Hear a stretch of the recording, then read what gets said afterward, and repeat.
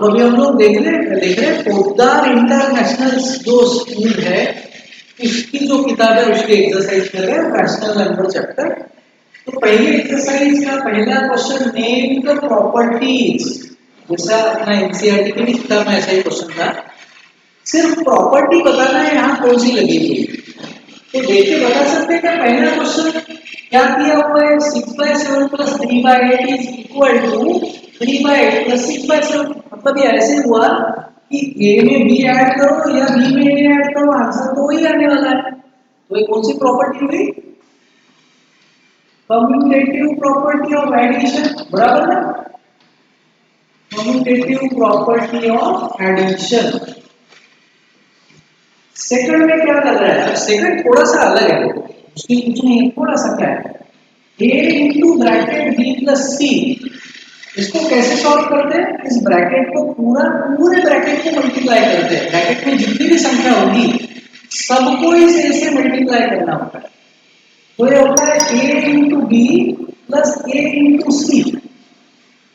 इसको बोलते हैं डिस्ट्रीब्यूटिव प्रॉपर्टी, डिस्ट्रीब्यूट कर दिया a into B plus a into C. तो वो सेम यहाँ किया हुआ है, 6/11 से इस ब्रैकेट को इंटू किया, 6/11 इंटू 2/5, फिर ये साइन किया, फिर 6/11 इंटू 5/7। तो हमने कौन सी प्रॉपर्टी यूज की, डिस्ट्रीब्यूटिव प्रॉपर्टी।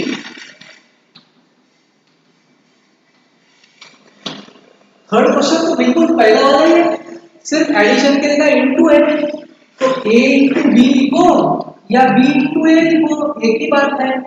तो ये हुई कम्यूटेटिव प्रॉपर्टी, लेकिन किस चीज की, मल्टीप्लिकेशन की, कम्यूटेटिव प्रॉपर्टी ऑफ मल्टीप्लिकेशन। और लास्ट वाला क्या है, इसमें कौन सी प्रॉपर्टी है, हमको पता है किसी भी नंबर को इंटू 1 करते हैं तो वही आंसर आता है, 7 होता है 7, 10 होता है 10, 5 होता है 5, इसको इंटू 1 किया वही आंसर आया। इसका मतलब क्या बोलते हैं इसको हम लोग, इसका प्रॉपर्टी क्या है,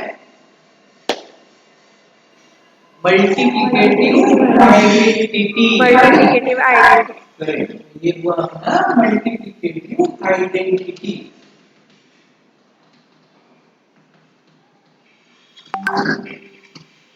ये लो स्क्रीनशॉट इसका।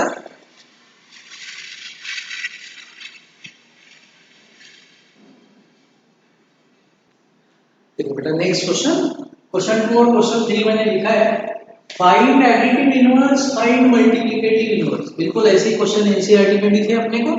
एडिटिव इनवर्स में हम लोग क्या करते हैं, एडिटिव इनवर्स में हम लोग सिर्फ अपोजिट लिखते हैं।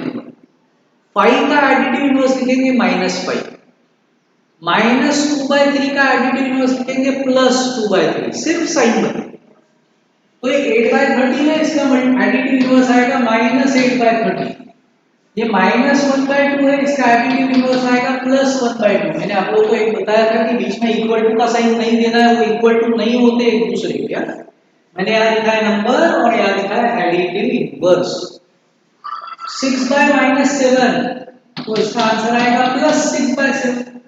ये दोनों माइनस है, मतलब एक्चुअली ये नंबर पॉजिटिव है, -6 प्लस एक्चुअली नंबर पॉजिटिव है, 2/15 है, तो फिर इसका एडिटिव इनवर्स आएगा -2/15। ठीक है। मल्टीप्लिकेटिव इनवर्स में हम लोग क्या करते हैं, सिर्फ ऊपर का नीचे, नीचे का ऊपर, बस उल्टा पुल्टा करना है, साइन में कुछ नहीं बदलना। तो नंबर यहाँ पे उसका लिख रहा हूँ मल्टीप्लिकेटिव इनवर्स 2/7, उसका आंसर आएगा 7/2। इक्वल नहीं देना है, इक्वल नहीं होते, ये ऑलरेडी पॉजिटिव नंबर है, दोनों माइनस थे, वो प्लस वाला नंबर है, हमको साइन नहीं बदलना है, सिर्फ ऊपर नीचे करना है। 11/4, 8/35, 35/8, 9/-41, -41/9 हो गया एडिटिव इनवर्स मल्टीप्लिकेटिव। क्लियर, ले लो एक फोटो।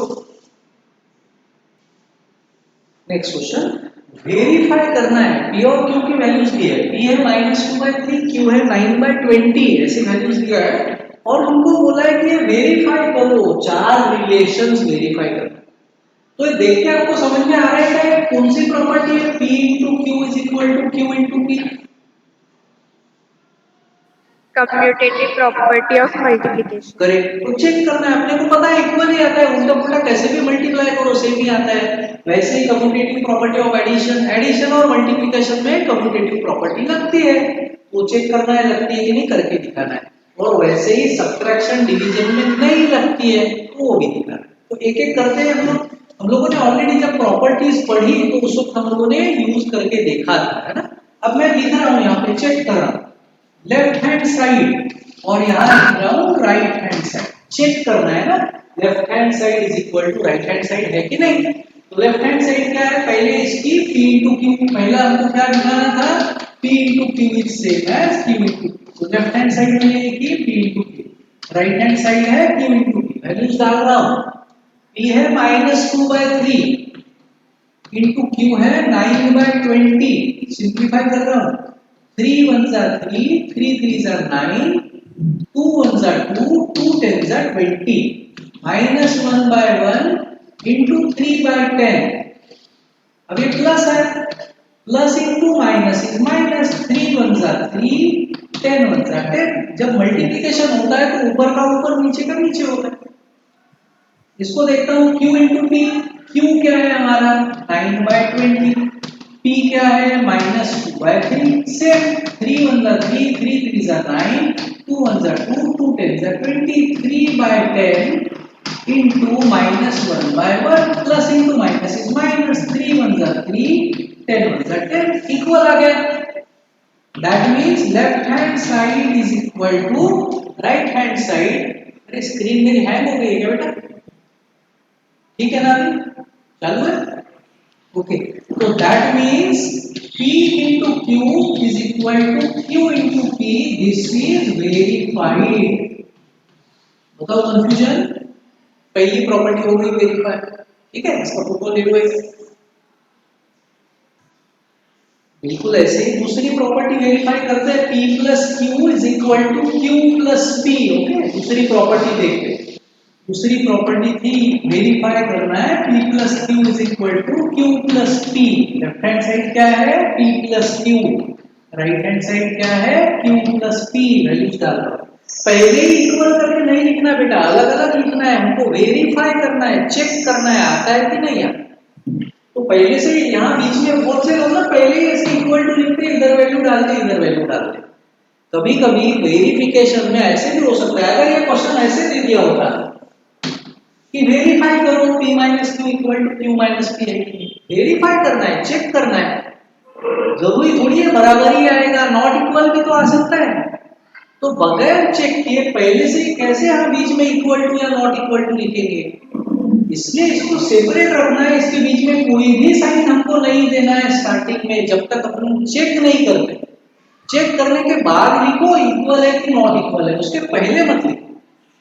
लेफ्ट हैंड साइड की राइट हैंड साइड की वैल्यूज डालो। P क्या है -2/3 प्लस Q क्या है 9/20। या तो एलसीएम कर सकते हो या तो क्रॉस मल्टीप्लाई कर सकते हो। क्रॉस मल्टीप्लाई अगर मैं कर दूं तो आप लोगों को समझ में आता है ना। इसको पहले करते हैं हमेशा 20 2 40, वो साइन है वो साइन। फिर इसको करते हैं 9 3 27, फिर नीचे का नीचे मल्टीप्लिकेशन 23 60। अब बहुत लोग क्या गलती करते हैं, 0 0 कट गया, 2 2 4, 2 3 6 ऐसे काट देते हैं। जब भी बीच में प्लस या माइनस होता है ऐसा, तो ऊपर नीचे की संख्या कैंसिल नहीं होती, कटती नहीं है। वो कब कटती है, अगर ये क्वेश्चन ऐसा होता तो फिर बिल्कुल जरूर हम लोग इसको सिंप्लीफाई करते। इनटू होना चाहिए बीच में, प्लस या माइनस होते वक्त नहीं कटेगा। तो फिर इसको सॉल्व करता हूँ, डिफरेंट साइन है मैंने सब्ट्रैक्ट कर दिया, ग्रेटर नंबर का साइन दे दिया अपॉन 60। तो ये आया हमारा LHS। RHS में वैल्यूज पुट कर रहा हूँ। Q क्या है 9/20 प्लस P क्या है -2/3 में पहले प्लस माइनस को माइनस लिख देता हूँ, अगले स्टेप में सॉल्व करता हूँ। 3 9 9 3 27, पहले हमेशा यहीं से करना है, फिर बीच का साइन, फिर इसको किया 22 40, नीचे नीचे का मल्टीप्लिकेशन 23 60। डिफरेंट साइन है, सब्ट्रैक्ट करेंगे, ग्रेटर नंबर का साइन देंगे। देखो सेम आ गया फिर से। तो हम लोग लिखेंगे therefore LHS is equal to RHS, hence verified that P plus Q is same as Q plus P। Second property हो गई वेरीफाई। कंफ्यूजन? ये लो फोटो एक। सर हाँ बोलो। सर ते खालचे डिनॉमिनेटरचं एलसीएमचं पण सेम आन्सर येईल ना? एलसीएम जो म्हणजे अच्छा जो आपने यहाँ पे हमने क्रॉस मल्टीप्लाई किया उसकी जगह अगर एलसीएम किया होता बिल्कुल बिल्कुल सेम, कोई फर्क नहीं पड़ने वाला। देखो करके देता हूँ ये -2/3 प्लस 9/20 डिनोमिनेटर का अभी यहाँ मैंने क्रॉस मल्टीप्लाई करके सॉल्व किया था। अगर एलसीएम करते तो फिर क्या आता? 20 और 3 का एलसीएम मतलब दोनों के टेबल में आने वाली सबसे पहली संख्या। तो ऐसी कौन सी संख्या है जो दोनों के टेबल में सबसे पहले आएगी? 20 तो आता नहीं है, 40 नहीं आता है, 3 के टेबल में है ना, 60 आता है। देखो 60 आएगा एलसीएम, 60 दोनों के टेबल में आता है। देखो मैंने 20 का टेबल लिखा थोड़ा सा ही लिखा और अब सोचा कि 3 के टेबल में इसमें से कौन सी संख्या आती है? 20 तो नहीं आती, 40 भी नहीं आती, 60 आता है, 3 2 6 तो मतलब एलसीएम हुआ 60। तो मुझे डिनोमिनेटर को 60 करना है। अब यहाँ 60 करने के लिए मैं इंटू 20 करूंगा, नीचे करूंगा तो ऊपर भी करूंगा, और यहाँ 60 करने के लिए इंटू 3 करूंगा, नीचे करूंगा ऊपर भी करूंगा। आ गया 60 denominator. -40 plus 27 different sign subtract किया, ग्रेटर नंबर का साइन, कुछ फर्क नहीं पड़ता, आंसर सेम ही रहता है। कभी कभी ऐसे हो सकता है कि जब हम लोग क्रॉस मल्टीप्लाई करें तो इसका मेरा आंसर ऐसे आ सकता है -26/120, ऐसे आ सकता है। तो फिर जब मैं इसको सिंप्लीफाई कर दूंगा तो मेरा बराबर फिर से आंसर वही आएगा जो मेरा एलसीएम मेथड से आया। तो सिर्फ इतना ही ध्यान रखना है कि एलसीएम मेथड में तो अपना ऑलरेडी सिंपलेस्ट फॉर्म ही आता है, लेकिन क्रॉस मल्टीप्लिकेशन वाले क्वेश्चन में कभी-कभी ये जो संख्या होती है वो सिंपलेस्ट फॉर्म में नहीं आती, तो उसको सिंपलेस्ट फॉर्म हमको सिर्फ करना है, बस इतना ध्यान रखें। क्लियर? ये लो फोटो एक। थर्ड प्रॉपर्टी वेरीफाई करना है, P minus Q is not equal to Q minus P। तो मैंने लिख दिया LHS क्या है? P minus Q। RHS क्या है? Q minus Q। वैल्यू डालता हूँ, P कितना है? -2/3 माइनस Q कितना है? 9/20। क्रॉस मल्टीप्लाई करता हूँ फिर से, पहले ऐसे 20 2 40 जो साइड है वो साइड, 9 3 27, नीचे का मल्टीप्लिकेशन सेम साइन है, ऐड कर दिया, आंसर आया -67/60। ओके, इसमें कंफ्यूजन है क्या? देखो वैसे ही सॉल्व किया है, P माइनस Q, P की वैल्यू डाली -2/3 माइनस Q की वैल्यू डाली 9/20, क्रॉस मल्टीप्लाई कर दिया, डिनोमिनेटर अलग था, पहले यहीं से करेंगे, 20 2 40 जो साइन है वो साइन, फिर माइनस का साइन, 9 3 27, नीचे का मल्टीप्लिकेशन, 20 2 60, सेम साइन था, ऐड कर दिया, -67/60 आया। बिल्कुल अब आरएचएस वैसे ही सॉल्व कर रहा हूं। क्यू क्या है? 9/20 माइनस पी क्या है? -2/3, तो डबल माइनस आया, 9/20 minus plus 2/3, cross multiply, 9 3 27 plus 20 2 14, नीचे 20 3 60, तो आंसर आया 67/60। तो इक्वल नहीं आया, आगे को एक प्लस है एक माइनस है, इक्वल नहीं है। That means LHS is not equal to RHS। इसका मतलब therefore P minus Q is not equal to Q minus P। Verify कर लिया, इक्वल नहीं आता है, सब्ट्रैक्शन में कम्यूटेटिव प्रॉपर्टी नहीं एप्लीकेबल। क्लियर? बिल्कुल सेम वैसे ही लास्ट प्रॉपर्टी वेरीफाई करना है। मैं लिख लेता हूँ प्रॉपर्टी क्या वेरीफाई करना है, P/Q is not equal to Q/P। ये वेरीफाई करना है आखिरी की प्रॉपर्टी। LHS है P/Q और RHS है Q/P। P की क्या वैल्यू है? -2/3 डिवाइडेड बाय Q की वैल्यू है 9/20। हम लोगों ने ऐसे किए क्वेश्चन सॉल्व। -2/3 ऐसे ही रहेगा, डिवाइड का होगा मल्टीप्लाई और इसका होगा उल्टा पुल्टा रेसिप्रोकल 20/9, इधर वाली संख्या का, इसका नहीं। अब सिंपलेस्ट फॉर्म करता हूं अगर होता है तो। अब यहाँ तो हो नहीं सकता, 3 के टेबल में ना 2 आता है ना 20 आता है, और वैसे ही 2 के टेबल में ना 3 आता है ना 9 आता है, तो सिंपलीफाई तो हो नहीं सकता है। तो अब क्या करें, ऊपर का ऊपर इंटू कर देता हूँ, नीचे का नीचे, प्लस इंटू माइनस माइनस, 22 जा 40, 9 3 जा 27। सेम इधर, q divide by p, q क्या है 9/20 है, डिवाइडेड बाय p क्या है -2/3 है। 9/20 वैसे ही रहा, डिवाइड का हुआ मल्टीप्लाई, इसका हुआ उल्टा पुल्टा। हम लोग माइनस जनरली ऊपर ही लिखते हैं, इसलिए मैंने माइनस को वही रखा, 2/3 को मैंने 3/2 कर दिया, देखो उल्टा पुल्टा कर दिया है, माइनस ऊपर रखा है। अब फिर से सिंपलीफाई हो रहा है क्या, नहीं हो रहा है ना, एक ऊपर की संख्या चाहिए, एक नीचे की संख्या चाहिए, जो सेम टेबल में आनी चाहिए। ऐसे नहीं करना 2 1 जा 2 2 10 जा 20, दोनों ही नीचे की संख्या है, ठीक है। तो ऊपर का ऊपर मल्टीप्लाई, नीचे का नीचे, प्लस इंटू माइनस माइनस, 9 3 जा 27, 22 जा 40। तो ये इक्वल नहीं है, ये तो एक दूसरे के मल्टीप्लिकेटिव इनवर्स लग रहा है, इक्वल नहीं है। So therefore LHS is not equal to RHS. Therefore P divided by Q is not equal to Q divided by P. This is verified. हमने वेरीफाई कर दिया। बताओ कंफ्यूजन कुछ? ये लो फोटो है। क्वेश्चन 5 में सिंप्लीफिकेशन वाले क्वेश्चन से सिंप्लीफाई करना। ऐसे क्वेश्चन हम लोगों ने 7वीं में वगैरह भी सॉल्व किया है। डिनोमिनेटर अलग है, बीच में प्लस है, तो हम लोग क्या करेंगे, डिनोमिनेटर अलग होता है तो मैंने अभी जैसे करके दिखाया, या तो एलसीएम करो या तो क्रॉस मल्टीप्लाई करो। तो जब संख्या छोटी छोटी है तो एक क्रॉस मल्टीप्लाई वगैरह भी ठीक होता है, कोई प्रॉब्लम नहीं, लेकिन संख्या जब बड़ी होती है तो एलसीएम मेथड हमेशा आसान पड़ेगा। तो और यहाँ पे संख्या ऐसी है, देखो 9 के टेबल में ही 36 आता है, तो एलसीएम निकालना भी बहुत आसान है। 9 के टेबल में अगर 36 आ रहा है तो इसका मतलब दोनों का एलसीएम अगर हम लोग निकालेंगे तो 36 ही आने वाला है। दोनों के टेबल की सबसे पहली संख्या 36 ही रहेगी। मैंने शॉर्टकट मेथड बताया था आपको कि एलसीएम कैसे निकालते हैं। दोनों टेबल लिख दो थोड़े से, और दोनों के टेबल में देखो सबसे पहली संख्या कौन सी आती है, वो क्या शॉर्टकट मेथड। तो एलसीएम आएगा 36।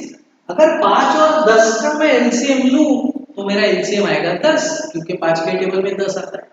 अगर मैं 10 और 50 का एलसीएम लूं तो मेरा एलसीएम आएगा 50, क्योंकि 10 के टेबल में 50 आता है।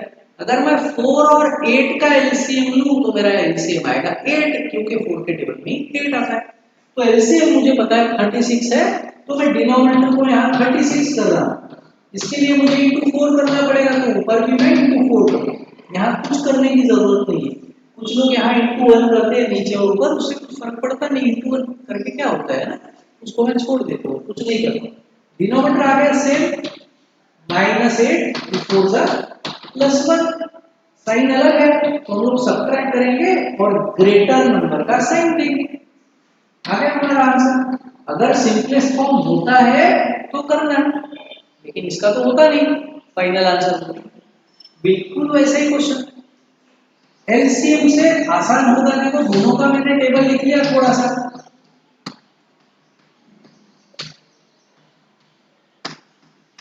देखो थोड़ा सा लिख लिया तो मुझे समझ में आ गया कि एलसीएम कितना आता है 48, दोनों के टेबल की सबसे पहली संख्या। तो मैं दोनों का डिनोमिनेटर 48 कर रहा हूँ। 5/12 है, 48 करने के लिए इंटू 4 कर दिया, तो ऊपर भी इंटू 4 कर दिया। ये -9/16, 48 के लिए इंटू 3, तो ऊपर भी इंटू 3। डिनोमिनेटर आ गया सेम 48, 20 माइनस वैसे ही, यहाँ पे भी माइनस वैसे ही, 9 27, सेम साइन ऐड कर दिया, जो दोनों का साइन है वो साइन दे दिया। एक टेबल में आ रहा है तो सिंप्लीफाई करो, अगर नहीं आ रहा है तो आंसर आ गया। ये तो नहीं आता एक टेबल में, खत्म क्वेश्चन। ओके, अगला क्वेश्चन मल्टीप्लिकेशन वाला है। मल्टीप्लिकेशन वाला मैंने आपको बताया था कि आप ऐसे भी कर सकते हो कि चलो भैया मैंने पहले ऊपर का ऊपर नीचे का नीचे मल्टीप्लाई कर दिया, लंबे लंबे मल्टीप्लिकेशन कर दिए, और फिर उसके बाद डिवाइड किया, सिंपलेस्ट फॉर्म किया। तो फिर वो अपने को दिमाग लगाना पड़ता है कि भैया मैं दोनों को किससे डिवाइड करूं। पहले अगर डिवाइड करना ही है बाद में तो पहले मल्टीप्लाई क्यों करें, पहले ही डिवाइड कर देते हैं ना। पहले मल्टीप्लाई करके बड़ी संख्या बनाओ फिर डिवाइड करके और छोटी करो, क्या फायदा हुआ। तो पहले ही डिवाइड कर दो। 13 और 26 दोनों एक ही टेबल में आते हैं। मैं 13 वन जा 13, 13 टू जा 26 कर देता हूँ। -1/2 इंटू 6/44। अब देखो 2 1 जा 2, 2 3 जा 6, ऐसे कर सकते हो। अगर आपको इन दोनों को एक टेबल में डिवाइड करना है, दोनों को 2 से डिवाइड होता है दोनों, तो इन दोनों को 2 से डिवाइड कर सकते हो। 2 3 जा 6 और 2 से इसको भी डिवाइड किया तो आया 22, ऐसे भी कर सकते हो। सिर्फ इतना ही ध्यान रखना है कि एक संख्या ऊपर वाली होनी चाहिए, एक संख्या डिनोमिनेटर वाली होनी चाहिए, दोनों को सेम नंबर से डिवाइड करना है। ऐसे नहीं करना कि 6 को 3 से कर दिया और 44 को 2 से कर दिया। याद रखो, आंसर आ गया। Plus into minus is minus, 3 1 जा 3, 22 2 जा 44। बताओ कंफ्यूजन। ले लो एक फोटो इसका, 1 मिनट रुक जाओ, लास्ट भी कर लेता हूं। चलो लास्ट वाला भी देख लेते हैं। डिवाइड इसके नीचे कुछ नहीं है तो 1 है। 4/5 डिवाइड का किया मैंने मल्टीप्लाई और इसका किया रेसिप्रोकल। अब ये क्वेश्चन तो हमारा ऐसे ही हो गया, सीधा सीधा सिंपलीफाई करो। 4 1 जा 4, 4 4 जा 16, 1/5 इंटू 1/4। जब मल्टीप्लाई है तो एलसीएम कुछ नहीं करना पड़ता है, ऊपर का ऊपर नीचे का नीचे। 1 1 जा 1, नीचे 5 4 जा 20। कंफ्यूजन है बोलो कुछ भी। ओके, ले लो फोटो एक। देखो इस टाइप के क्वेश्चन अपने एनसीईआरटी की किताब में नहीं है, इसलिए हम लोग जानबूझ के हेवी क्वेश्चंस कर रहे हैं। तो आप लोगों को भी समझ में आएगा, जिनको एनसीईआरटी की किताब यूज कर रहे हो उनको भी ये क्वेश्चन कैसे करना है समझ में आएगा, और बहुत आसान भी है। 4 टर्म्स दिया है, कहीं बीच में मल्टीप्लिकेशन वगैरह नहीं है, एडिशन वगैरह करना है। सबसे पहले तो मैं प्लस माइनस को माइनस लिख लेता हूँ, एक एक स्टेप करेंगे आराम आराम से। प्लस माइनस हुआ माइनस, ये भी प्लस माइनस को मैंने माइनस कर दिया, बाकी का वैसे ही लिख दिया। सिर्फ इस स्टेप में प्लस माइनस को माइनस लिखा, प्लस माइनस को माइनस लिखा, बस इतना ही किया। अब मैं इसको सिंप्लीफाई करता हूँ। ये तीन संख्या, चाहे तो चारों को एक साथ भी कर लूं कोई प्रॉब्लम नहीं है। चारों टर्म का एलसीएम ले लो, सबका एलसीएम एक साथ लेके सॉल्व कर दो, ऐसे भी कर सकते हो, कोई प्रॉब्लम नहीं। या तो फिर अगर मान लो पहले आपको इन दोनों का करना है कि पहले मैं दो को सॉल्व कर लेता हूँ, तो दो को करो, ऐसे भी कर सकते हो। मैं काम करता हूँ, चारों का ही एलसीएम ले लेता हूँ, एक साथ सॉल्व कर देता हूँ, ठीक है। मैंने ये देख रहा हूँ सिंप्लीफाई हो रहा है क्या कोई। सिंप्लीफाई का मतलब ऐसे नहीं 3 3 जा 9, 3 4 जा 12, ऐसे नहीं कर सकते, बीच में प्लस या माइनस। ऐसे अगर हो रहा है तो करता हूँ, ये दो नंबर अगर एक टेबल में आते हैं तो कर सकता हूँ, ये आ रहा है तो कर सकता हूँ। लेकिन किसी भी इसमें एक नंबर में एक टेबल में आने वाली संख्या नहीं है, तो मैं क्या कर रहा हूँ 4 20 12 27, इसका ले रहा हूँ एलसीएम। कैसे निकालेंगे देखो, 4 20 12 27 एलसीएम। अब इतने चार टेबल लिखूंगा वगैरह, तो इससे अच्छा सादी वाली मेथड कर रहा हूँ, एलसीएम निकालने। ऐसे नंबर से डिवाइड कर रहा हूँ जिससे किसी भी एक पे भी जा रहा है तो डिवाइड कर सकते, ऐसे में डिवाइड कर रहा हूँ। 2 से कर दिया, 2 2 जा 4 आएगा, 2 से इसको किया 10 आएगा, 2 से इसको किया 6 आएगा, और 2 से इसको तो कर नहीं सकते तो ऐसे ही रहेगा। फिर मैंने 2 से डिवाइड किया, ये आएगा 1, 2 5 जा 10, 2 3 जा 6, इसको तो नहीं जाता, ऐसे ही रहेगा। अब फिर मैं 3 से डिवाइड कर रहा हूँ, इसका तो काम हो गया, 1 आ गया, फिर इसका काम खत्म। 3 से डिवाइड कर रहा हूँ, 5 तो नहीं कर सकता, 5 ऐसे ही रहेगा। 3 1 जा 3, 3 9 जा 27, यहाँ 1 आ गया, इसका भी काम खत्म। अब सिर्फ इन दोनों को डिवाइड करना है। 5 से डिवाइड कर रहा हूँ, 5 1 जा 5, इसको तो नहीं जाता, ऐसे ही रहेगा। हमेशा कोशिश करो प्राइम नंबर से डिवाइड, ठीक है। मैं 3 से कर रहा हूँ, 3 से इसको डिवाइड करेंगे 3 आएगा, फिर एक बार 3 से डिवाइड करेंगे 1 आएगा, हो गया सबका डिनोमिनेटर, सबके आखिर में यहाँ 1 आ गया, अपना आंसर आया। इसको मल्टीप्लाई करूंगा, वो रहेगा LCM 2 into 2 into 3 into 5 into 3 into 3, 2 2 जा 4, 4 3 जा 12, 12 5 जा 16 और इंटू 3 3 जा 9, 9 6 जा 50, मतलब एलसीएम कितना आया 540। तो अब मुझे डिनोमिनेटर सबका 540 करना है, तो 540 डिनोमिनेटर कर रहा हूं, देखो यहाँ पे 4 है, मुझे 540 करना है। अब 4 के टेबल में भैया 540 कब आएगा कैसे पता चलेगा, मैं 540 को 4 से डिवाइड कर देता हूं,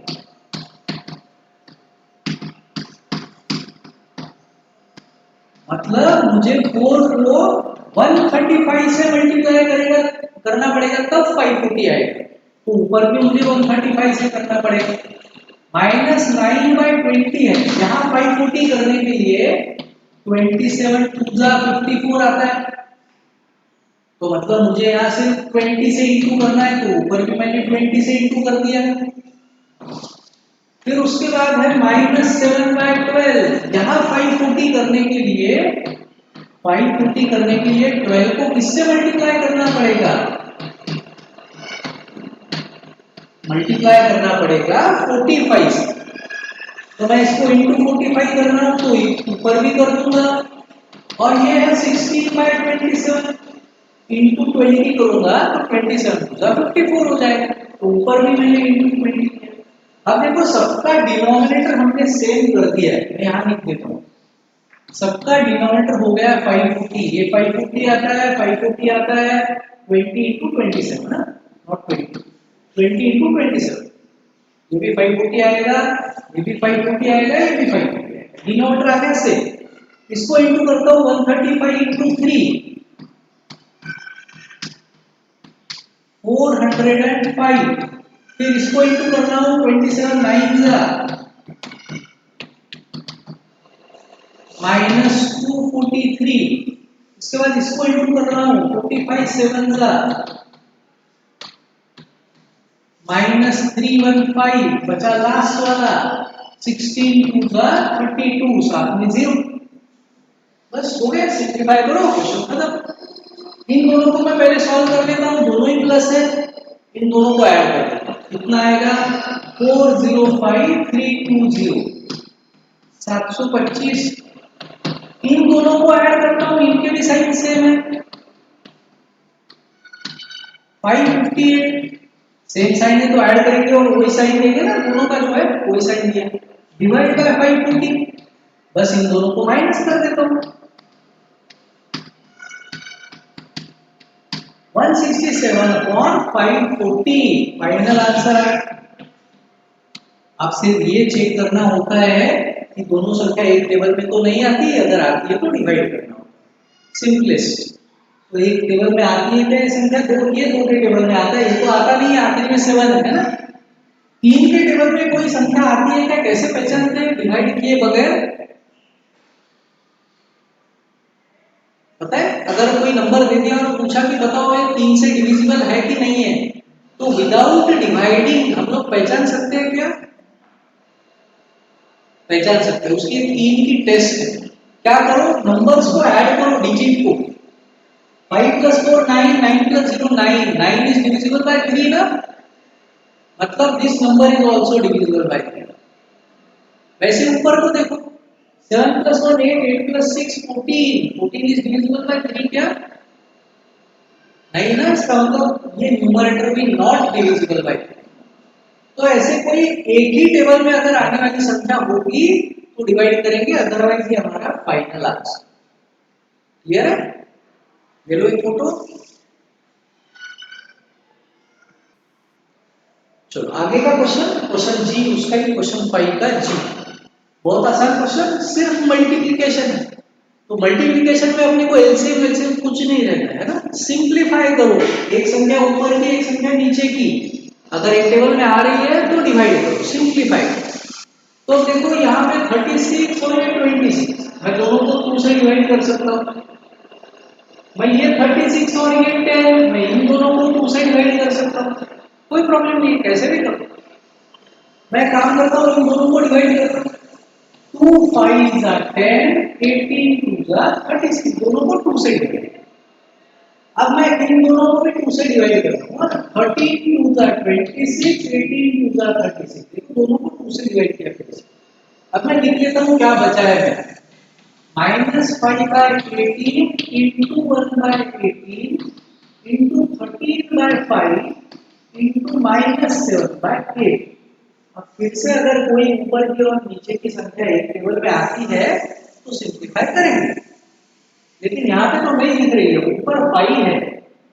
हाँ, ये 5 और ये 5 कट जाए एक ही टेबल में, ये मतलब सेम ही नंबर है तो कट जाए, 5 5 कट गए। अब ऊपर 13 बचा है, 7 बचा है और नीचे है 18 और 8। तो 13 और 18 ये एक टेबल में आते नहीं, 13 और 8 भी एक टेबल में नहीं आता है, और 7 तो प्राइम नंबर है, किसी भी टेबल में नहीं आता है। 13 भी प्राइम नंबर ही है। प्राइम नंबर समझता है ना आपको? प्राइम नंबर वो होता है जो किसी भी टेबल में नहीं आता, सिर्फ उसी टेबल में आता है और 1 के टेबल में आता है। 1 के टेबल में तो हर कोई है, ठीक है। तो अब इसका मतलब कुछ नहीं कर सकते ना, अब ऊपर का ऊपर नीचे का नीचे इंटू कर देता हूँ। ये होगा माइनस इंटू माइनस, आंसर होगा प्लस। 13 7 का कर दिया 91, इंटू 1 से कुछ होगा नहीं, इंटू 1 कर दिया 91 ही रहेगा। नीचे का नीचे इंटू कर देता हूँ, 18 का स्क्वायर कितना होता है? 18 इंटू 18 इज 324, उसको कर देता हूँ और इंटू 8,